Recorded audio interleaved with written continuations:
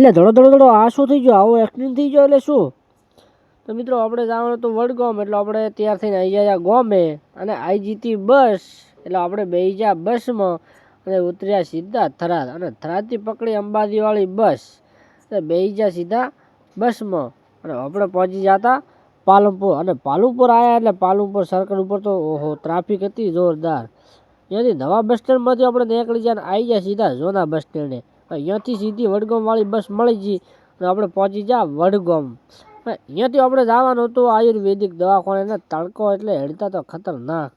પછી આપણો બોર્ડ નીકળ્યો આયુર્વેદિક હોસ્પિટલનો.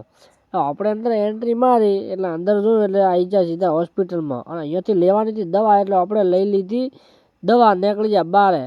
આપણે લાગી હતી ભૂખ ભાઈ, એટલે આપણે ખાવાની થઈ ગઈ ઈચ્છા, દાબેલી. તો આપણે એક દાબેલી ઝાપટી નહોતી. અહીંયાથી સીધી એક્સપ્રેસ મળી ગઈ આપણે ડાયરેક્ટ થરાદની. એટલે આપણે બેસી ગયા અને બસમાં તો વસે આવતા પાલનપુર એવી ભીડભાડ હતી ને કે વાત દાવા જો. તો આપણે અહીંયાથી આપણે ઉતરી જતા સીધા થરાદ અને થઈ ગયો તો અંધારો જોરદાર ભાઈ. પછી અહીંયા થરાદથી બેસી ગયા બસમાં સીધી દૂધવાવાળીમાં.